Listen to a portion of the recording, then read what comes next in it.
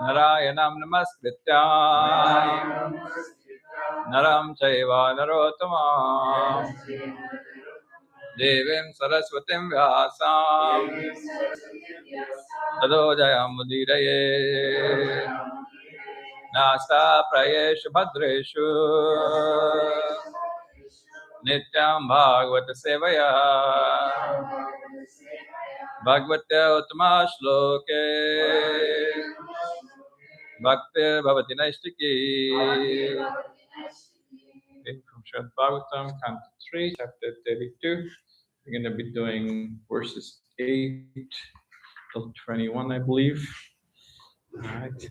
So now that you all have had memorized the first 7 verses after 2 classes on the same verses, now we can do a quiz. All right. All right. Let's do the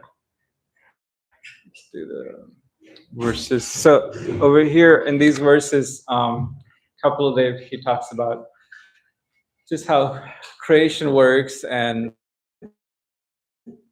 how taking shelter of demigods is quite different than does take shelter of the demigods, and one does take shelter of the regular karma kanda processes. What happens then, and versus what happens when one takes shelter of Krishna. So that's what these verses focus on. So it's from text 9. Starts from text 9. I don't remember 8. Yeah. Okay. All right. All right. Who'd like to start?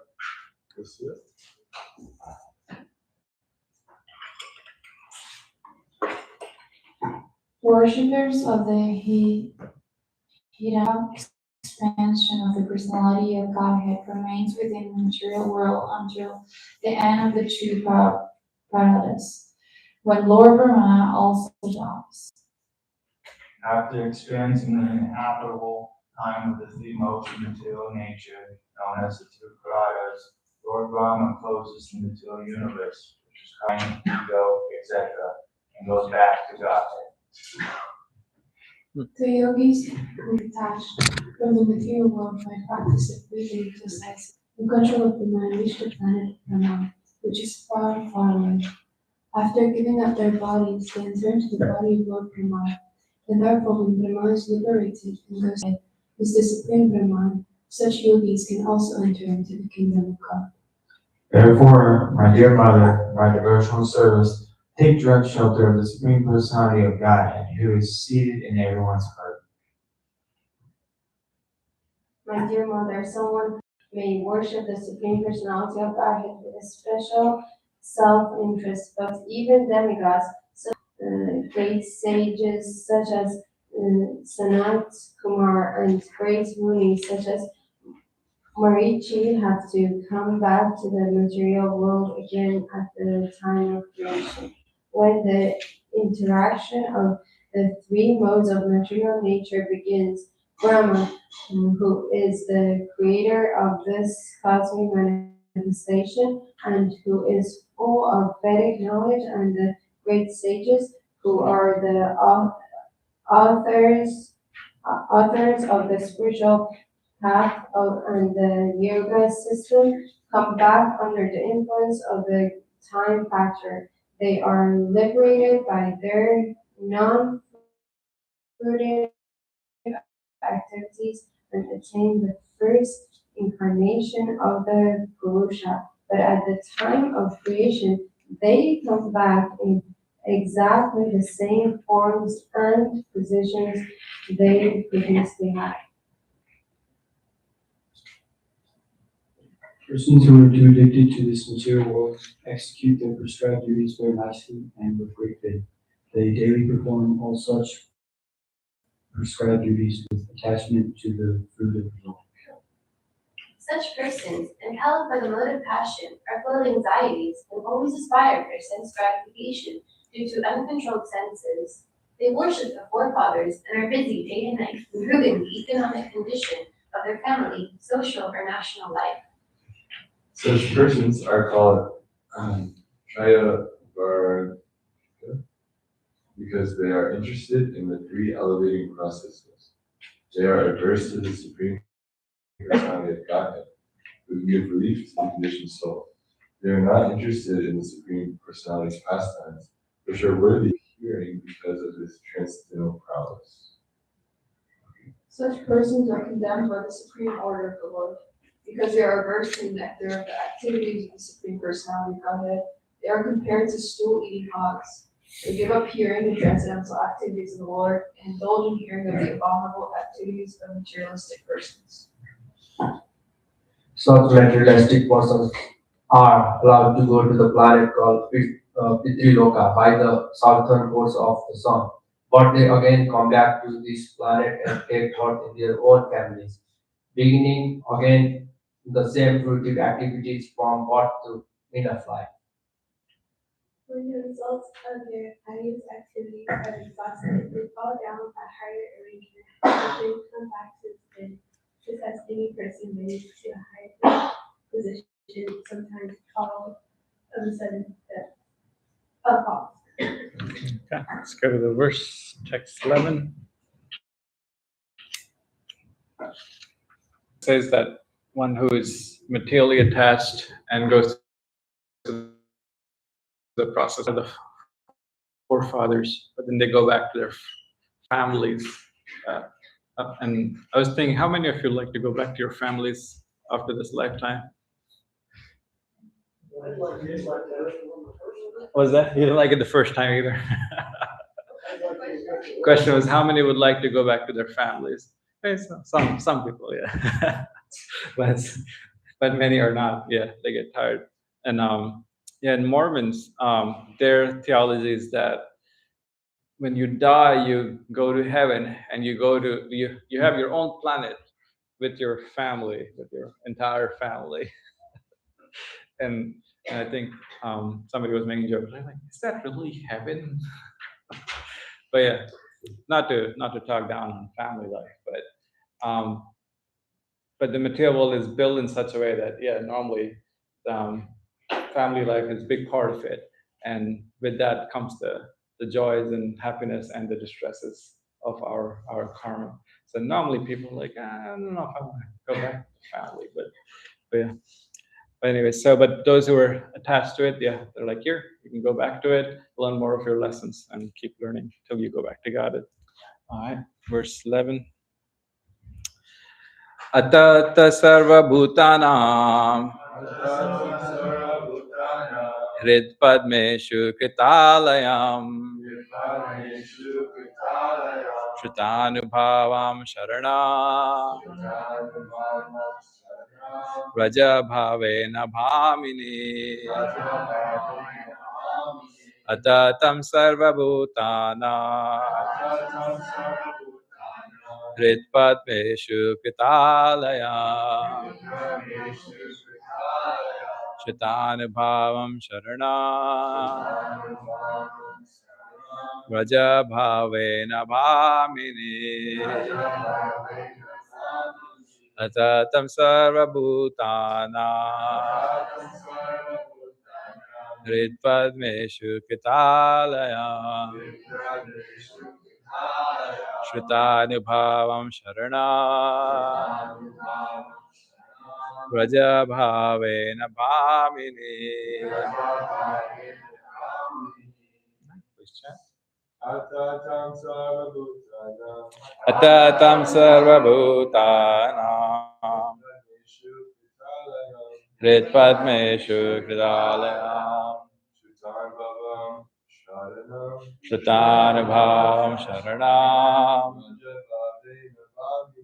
Raja bhavena bhamini.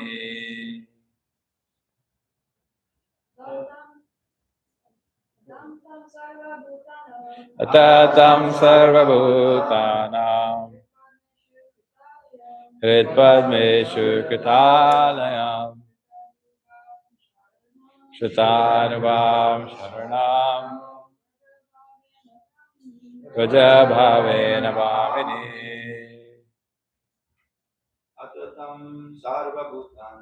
Atatam sarva bhutanam Hrid padmeshu kridalayam Shrutanubhavam sharanam Raja bhavena bhamini. Atatam sarvabhutanam hritpadmeshu kitalayam Chajanabhavam sharanam Rajabhavena Vamini. Let's do the word together. Atta, therefore, Tam, the Supreme Personality of God, Sarva Bhutanam, of all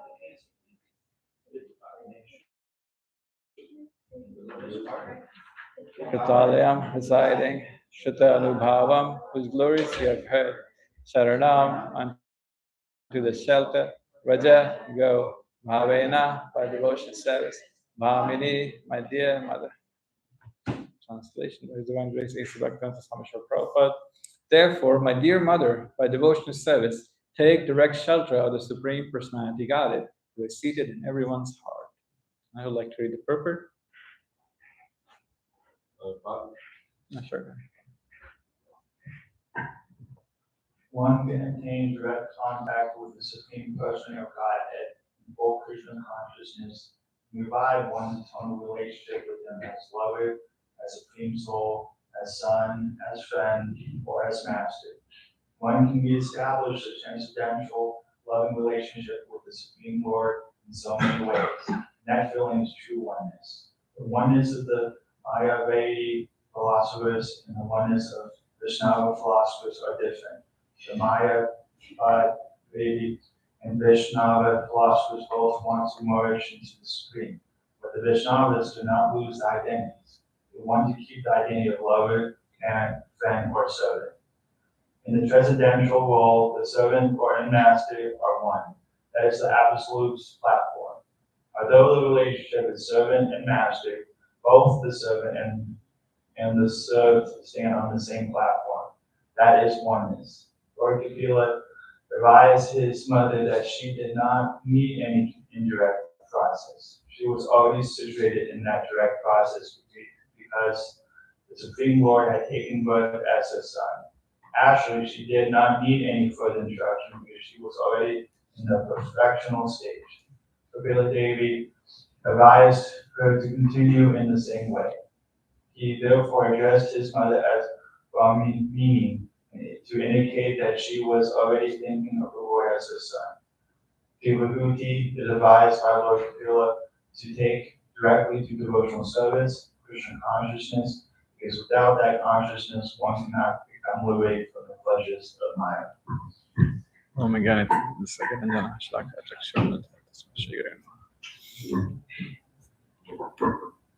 talks about how Lord Brahma, at the end of the creation, he goes back to Godhead. And it depends, I was thinking about how it depends on the particular Brahma. So at the end of the creation, anyone know how creation ends? Anyone remember how the whole creation kind of just ends? What was that? Flood, yeah. There's flood, fire. What else? What else happens to the creation? Burns. What's that?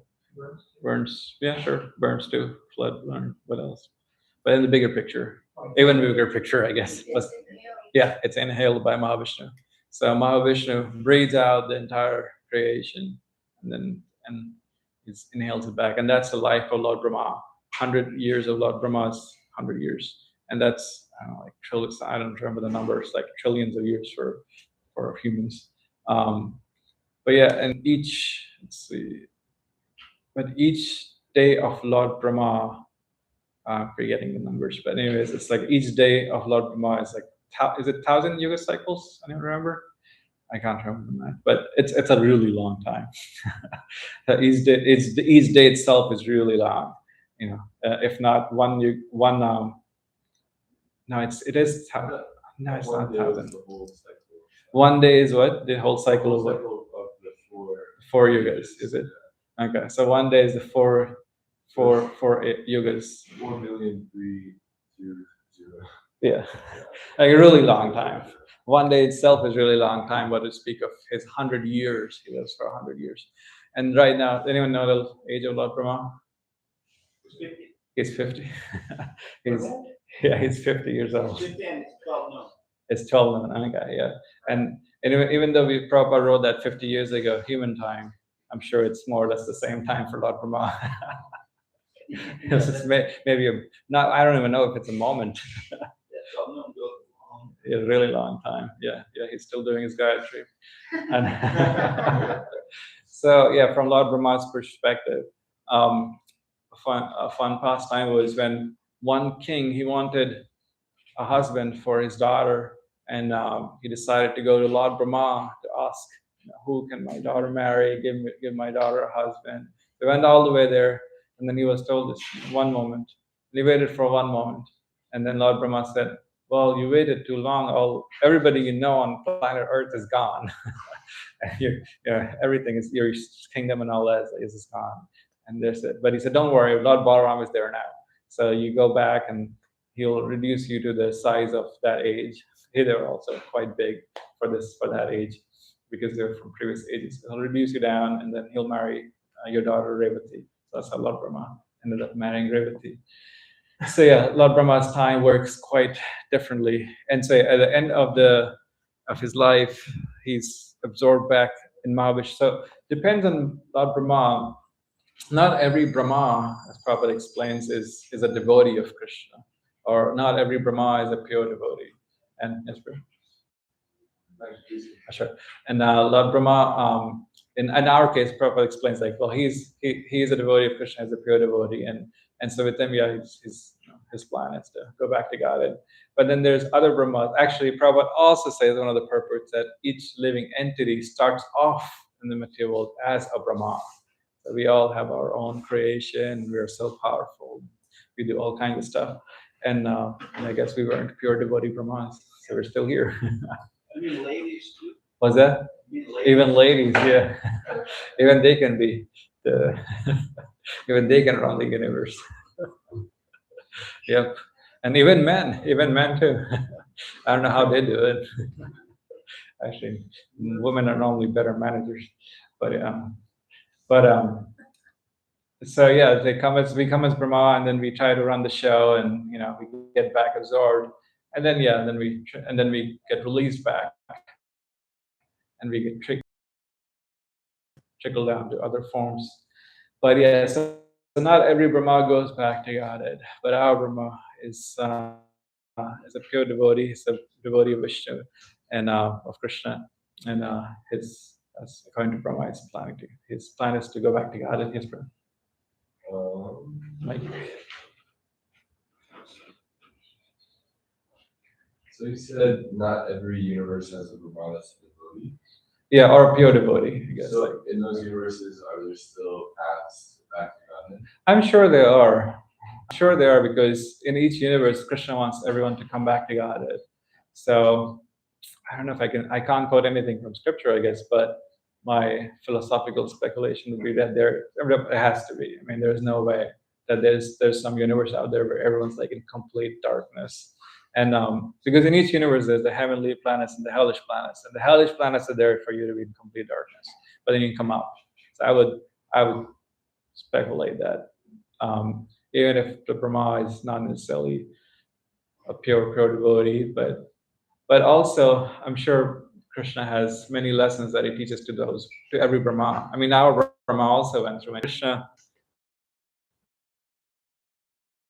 And then he was stopped, and they asked him, he said, okay, you're Lord Brahma. And he said, which Brahma are you? And he was like, what do you mean, which Brahma? I am the Brahma. And then at that moment, all these Brahmas appeared. Our Brahma is actually the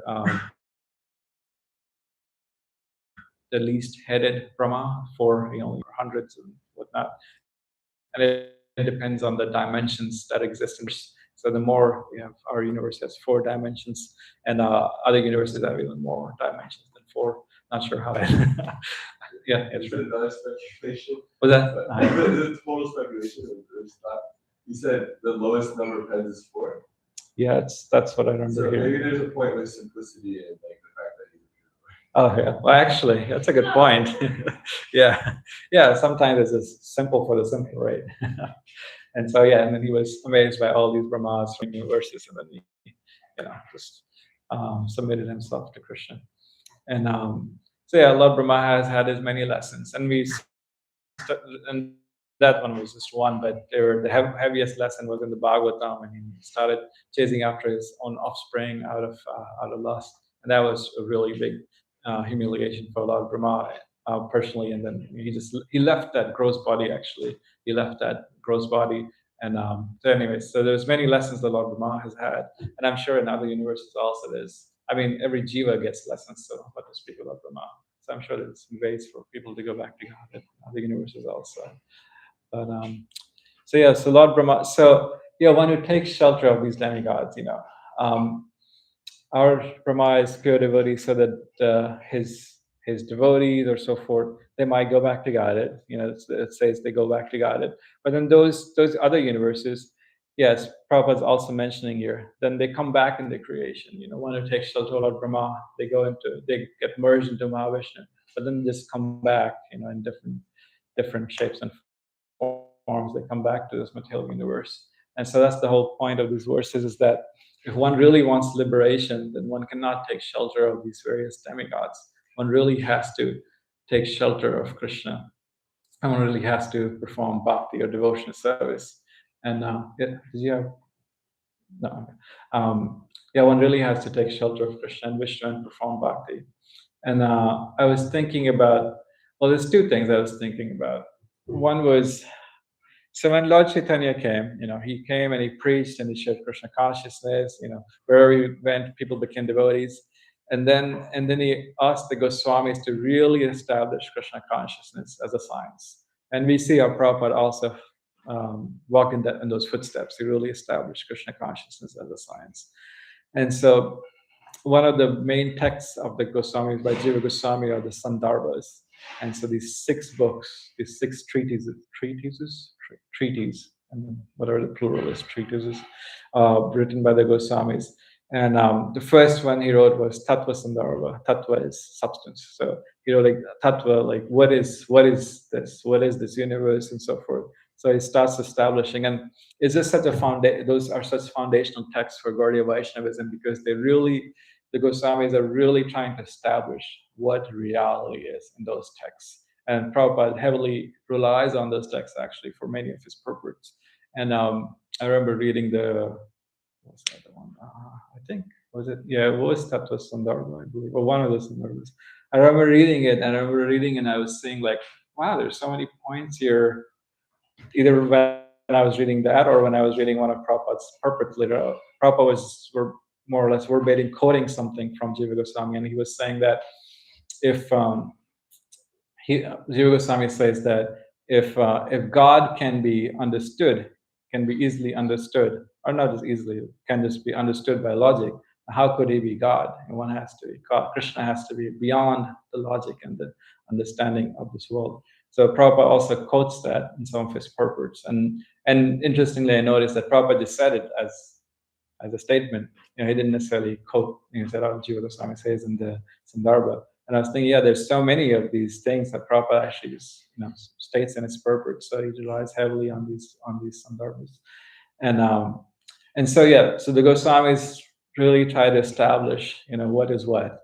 And then they established the Tattva Sandarbha, and then they established the Bhagavad Sandarbha. They established so as we see in the Bhagavatam right here in these verses, a couple of days was talking how people who still have material desires, for them, Krishna's provided a system. All right, well, you got material desires, do it in a way that is pious at least. You can do these yagas, you can do charity, you can, worship some demigods, at least think that there's somebody higher than me. You can use these systems. So that way you can make progress. But at the same time, they still go to the planet of the forefathers, and they fall down again. So those systems are there in place. And so for those systems, there's plenty of books, plenty of scriptures and Vedas, from the Vedas that are out there. So the Goswamis had to first establish, well, what is the highest? What is the highest, the conclusion of the Vedas? So that's why then they wrote the Bhagavad Sandarbha. That Śrīmad-Bhāgavatam is the conclusion of all the Vedas. Because that's why the whole country of India is a bit confused about who to worship. People worship different demigods for different things, at this stage, they'll worship anyone, to be frank. They'll just it's practically a joke. You can see Kali Yuga, there's a temple, not a temple or deity or something, Donald Trump out there somewhere in India. I don't know if it's established. Yeah, they're worshiping him, So it's such a Kali Yuga thing. It's like if this person can just satisfy my desires, I'll do arti to them, and everything else. It's such a misappropriation of the whole system that Krishna has established. But the reality is that no, one should worship Krishna, where everything comes from. And so that's why the Goswamis really established the Bhagavatam. And then they go into Krishna Sandarbha, or the Bhagavan Sandarbha, Krishna Sandarbha, that Krishna is the Supreme Personality, Godhead. And then they go to Bhakti Sandarbha and Priti Sandarbha. Bhakti is the highest process, and the goal is Priti, or love of Godhead. And say a love of God cannot be achieved other than worshiping Krishna. If one worships demigods, then they'll just get whatever the demigods can give. The demigods cannot award themselves liberation, so how can they give liberation to others? And so the Goswamis did this extensive task of establishing Krishna consciousness, to show this is the path. And in those books, I was trying to research worship.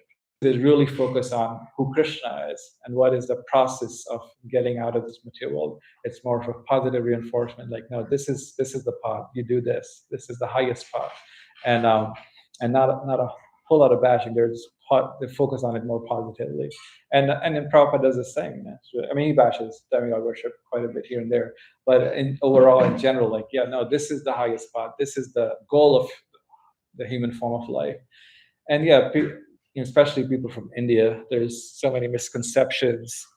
But if there's just, if Bhakti, Prabhupada said, I believe, Bhakti is in the blood. So it comes naturally. If they're just engaged in some positive, spiritual, Krishna conscious activities, then it naturally gets more revived.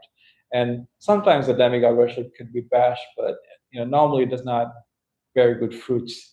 Normally it's just engage them in Krishna service, and then and as they read Prabhupada's books, as they associate with the devotees, then they'll become too attached to the process of Krishna consciousness and the devotees, and the demigod worship kind of just fades away.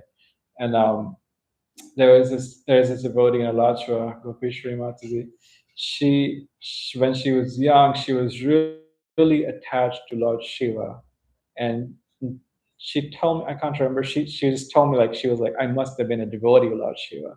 And then somehow she found the devotees, and she became a devotee of Krishna. And then Prabhupada gave her the name Gopishwari, from Connect. That's Gopishwari, I believe, is Lord Shiva, right? It has to do something with Lord Shiva, that name. Or maybe it's also Krishna, Ishwara of the Gopis. But there's Gopeshwar Mahadev, right? In Vrindavan, the deity, right? And so there's a connection with Lord Shiva. So especially one worships Lord Shiva, he's a devotee. And so sooner or later, everybody does, realize actually, gotta worship Lord Vishnu, have to worship Lord Krishna, from whom everything comes. But these demigods, they can only give so much. They can only give so much shelter. And they also get shelter from Krishna. And so we really have to take shelter of Krishna in the end. And I was also thinking, there's so many ways when we take up Krishna consciousness, we take shelter of Krishna in many external ways. And I was thinking we should also take shelter of Krishna in subtle ways. And as our Krishna consciousness goes deeper and deeper, we'll take more shelter of Krishna internally as well. And I was thinking, what are some subtle ways, that we do not take shelter of Krishna? What do you all think? What are some ways when you might want to share? Yeah, that's Worrying, yeah, that's a big one, actually. Yeah, who here is a spiritual warrior? Yeah, worrying. Yeah, when we worry a lot, yeah, that's a sign that And the thing is, this is one quick note. Hirana Maharaj points it out that we have subtle atheism. It's there. It's been there. For millions of lifetimes we've been here, and so it's there, and it comes out in this form. So worrying. We worry what's going to happen and so forth. And when the Vrajavasis worried, when Indra was attacking, when they worried, they just ran to Krishna. They were like, and I was thinking about it, like Krishna is just a kid still, he's just a kid. But they still, like, they went to him and they took shelter of him, and they don't understand that Krishna is God. So it's not, you can't say that.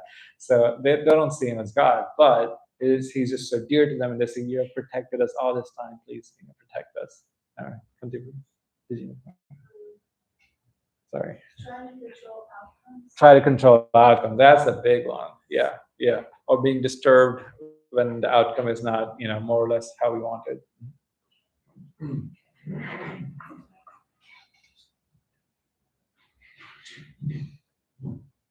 One that I like a lot is to think that anything is a coincidence. That it's It's atheistic. yeah, That's a quote I've it's heard. just a coincidence. Yeah. Mhm. Yeah. That's also a subtle way of thinking that, well, stuff just happens and whatever. Yeah. Okay. What else? Any other subtle ways? That's true. Is having too much of a future plan, like kind of like not taking shelter of God? 'Cause I know we should plan, but Sure. Yeah, kind of, because if it starts leaning into being in anxiety and worrying all the time, and not focusing on the present, not focusing on how we can serve Krishna in the present, then it starts leaning into, like, basically not taking shelter of Krishna. A little bit of planning is good for sure. We should plan things, but but be detached from the outcome. The plan, normally plans don't go our ways. So but as long as we're in the present a bit. Advaita Prabhu, and then Bobby. Yes. Subtle ways We don't. That we don't take shelter. The subtle ways we're not taking shelter of Krishna. that we're trying to find faults and shortcomings Mm. in Yeah. in process, devotees and even Krishna, Yeah. to justify it, so we don't have to. Don't have to take full responsibility. There's that famous letter by Atreya Rishi to Prabhupada, and I guess letter that Prabhupada wrote to Atreya Rishi is famous. Well, he was complaining about the devotees. I believe Atreya Rishi was rather. I mean, at that point, if you had a bachelor's, you were more educated than 90% of the devotees. So I don't know what degree he had, but he was more educated and erudite than the devotees. But he became a devotee. But he was complaining about these devotees who were just like, maybe he's saying fanatics or whatever. And Prabhupada wrote a really nice letter, and he said that there's no utopia. There's no utopia in the material or spiritual world. There's mistakes even in the spiritual world. And so you have to just see everything. You have to see everything connected with Krishna. He said that Krishna sees Radharani, and he starts milking the bull because he's just so distracted. He starts milking the bull, and so it's like, well, that's a mistake, but but it's in Krishna's realm. It's in connection to Krishna and Radha, so it's spiritual. And so it makes that point. But to your point, one just always sees faults everywhere. Then they're not able to see that everything. They start. At the best, they'll think everything is just a coincidence. At worst, they think everything is such a mess. I can do a better job than Krishna. And yes, definitely. Yeah. Thank you, Kiara. Thinking that there's only like one way to learn. So I think of like when there's like that drowning person who's like praying to God to be saved, and then like the boat comes. Oh, yeah. They're not like the one coming. So not taking shelter and like the opportunities that Krishna provides. Yeah. And also, if I could, like, I don't know how relevant this is, but like what he said in Wizard Peru, I feel like there could be a caveat there in the sense like when you speak of the drama triangle, like being a challenger versus like being a prosecutor. Like I think it's important to like on some degree like trust our perceptions about things and like injustices, but if our fault finding and like looking for shortcomings is a way to like excuse ourselves or like not rooted genuine service, then it becomes a problem. But like if someone's actually trying to use that as a service if in a positive way, I say, if the mood is like, we should make sure that people are not harassed by by somebody, then sure, if it's used positively. And I think we had discussed this before, but if that mood should be there for others, that we should do our best to protect others, and not that we're always trying to, always finding faults with others and thinking everyone's attacking me, and but that's when that happens, I'm like, okay, maybe there's some self-reflection needs to be done. But if the mood is, to protect the other devotees or other entities in general, then that's a little different. But and at the same time, we shouldn't, that mood should be there, but we shouldn't get too fixated at the same time on the so many things in Kali Yuga that go wrong and the ill things that people do. The foundation should be there that, that every entity is independent and they have their own free will, and people are going to do all kinds of crap. People are going to do all kinds of stuff, and they'll do all kinds of nonsense. And somehow or the other, if we can share Krishna consciousness, the ultimate goal being people can go back to Godhead. And that's also another way of Krishna kind of making us a little detached. Not that we should be aloof. We shouldn't be aloof, but maybe with time, we might become more detached from all the crazy things that happen in this world.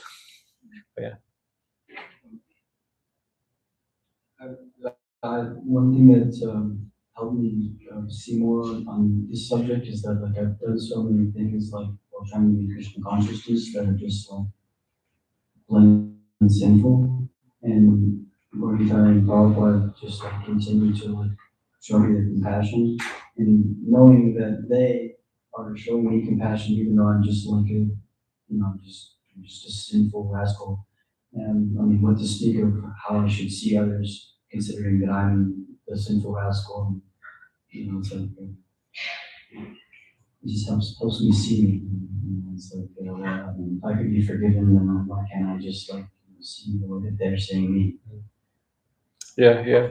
Especially if someone's attacking us, then we can act in that Vaishnava way. That Krishna can forgive them, why can't I? For sure. Still takes a lot of processing for sure. But that's the goal, to act in the Vaishnava way. Bobby, and then do you have a point also? It's doubt. Doubt, having a lot of doubt.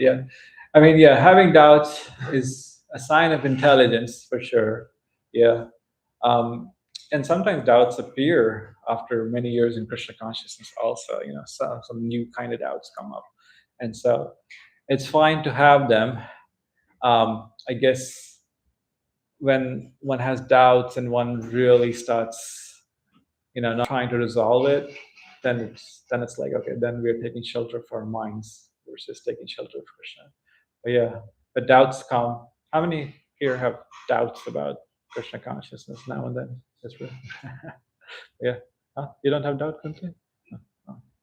Go to Mati. Well, I have doubts about Krishna, but not Krishna consciousness. Interesting. Would you elaborate? So doubts will be there, and Krishna answers, or if we go to him, he definitely reciprocates the answers. One time, I remember, I think I've shared this before, but I was reading the Bhagavatam. It was a little later in the night, and all of a sudden I was thinking, this is many years ago, and I was thinking like, Krishna, are you there? And my mind was really going on, like, are you there? Are you really this blue boy is God?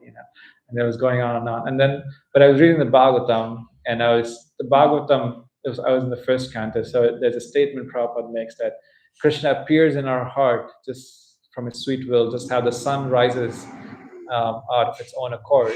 So we should perform bhakti, and Krishna appears out of his own sweet will. I don't know if I read it that day or not, but it's there in the first canto. And I thought of that, and I just prayed to Krishna, Krishna, if you kindly appear in my heart, please kindly appear. And whenever you want, out of your sweet will.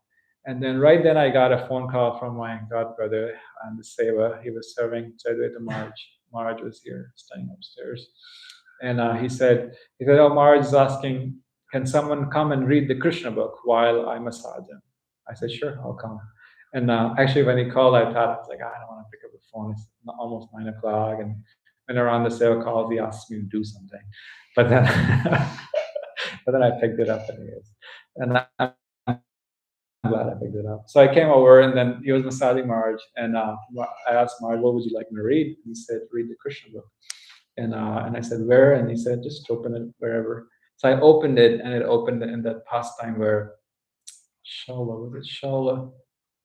The one with the fake arms, with the styrofoam arms that he put, I believe it was Paundraka. Yeah, you're right. Shalva was his friend who came to avenge the death of his friend, or murder, whatever, killed his friend being killed.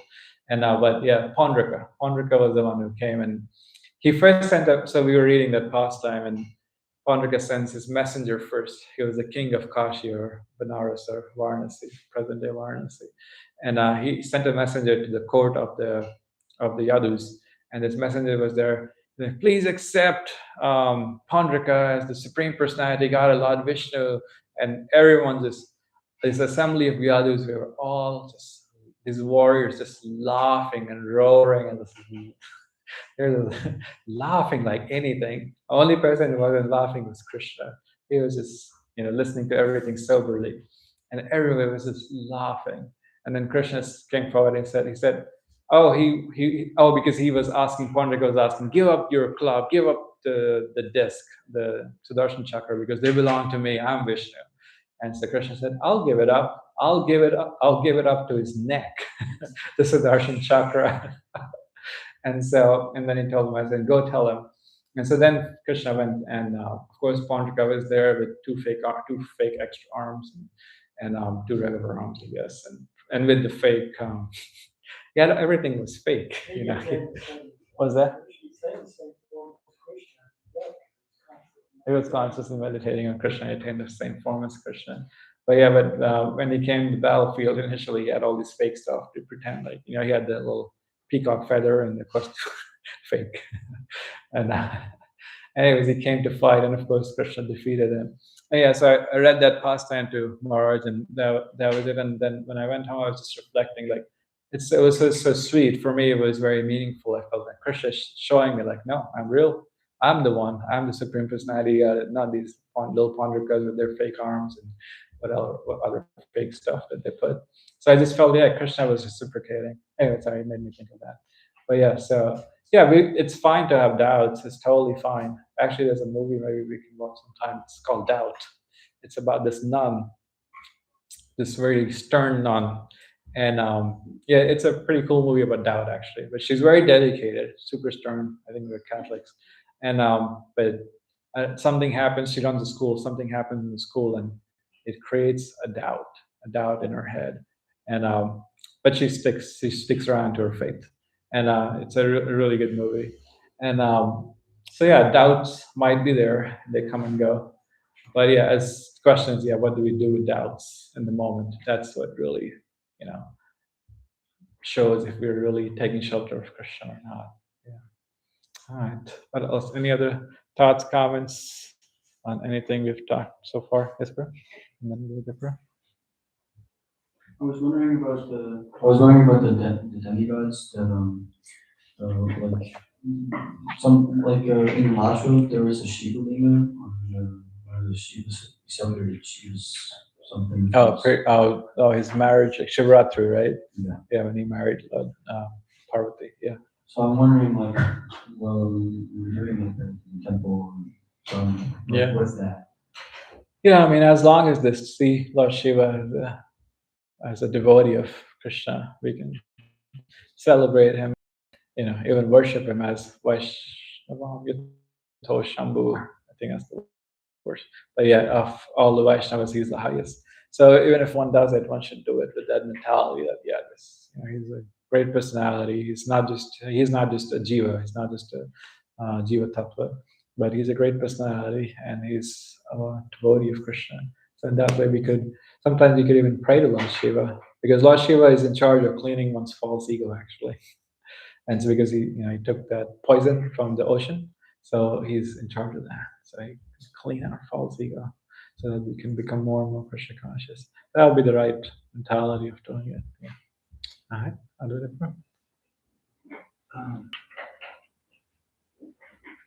Thank you, Prabhu. Thank you very much. On this point of this, devotees, they're called Trivartika, looking for 3 kinds of liberation. They said that to attach and averse to Supreme Personality of Godhead and anything related to Him. But in the same time, we saw earlier in first few verses of the section that we covered today that they're also detached, the sages and everything else that gets sucked in that destruction of the playa. They also detach. It says they are detached.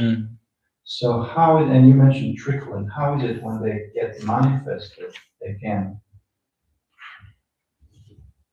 How does that trickling down happen? Because you would think they would be also eager to go back. Yeah. So why is always almost like a one way down, and it's always down, like degradation. Yeah. Well, I think I was specifically referring to Brahmas who are not fully Krishna conscious. Well, I guess us who are Brahmas and we trickle down to the human form of life. But the sages, for such sages, going back to Godhead and staying in the material universe is non-different, really. It just depends on their consciousness, right? And so for them, even if they come back here, if they're detached, then they will only go up, or it doesn't really matter for them. Wherever they are, they'll share Krishna consciousness. But the trickling, I was specifically thinking for the jivas who are Brahman, and they get sucked in and come back, and then they trickle down. So but not the sages who are advanced in Krishna consciousness.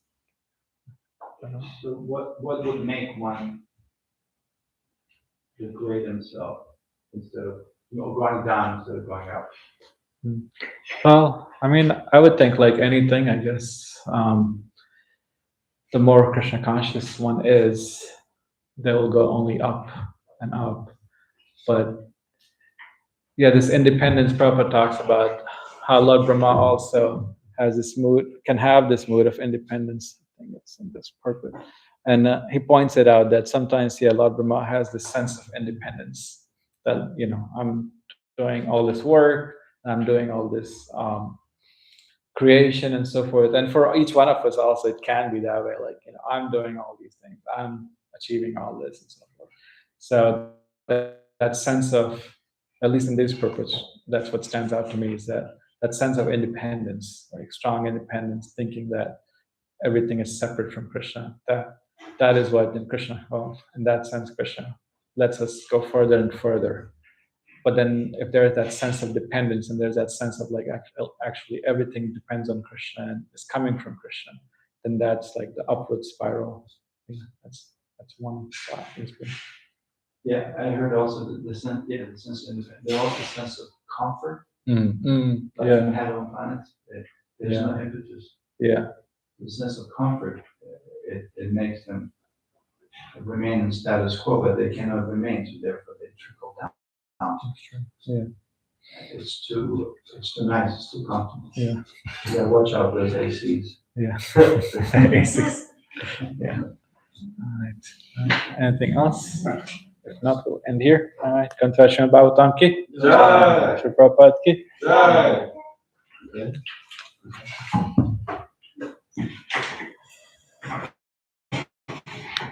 The prasad is outside.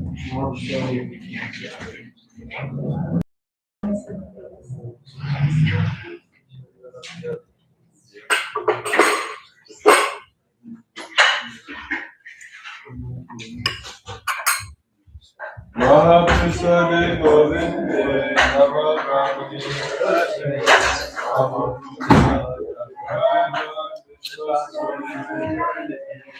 Worship the presence of the faith and Mahaprasad, the future spirit of the needy and shooting of interest, Jesus and God. Strength will pierce enough, nevertheless. Bhagavatam Prasadam ki.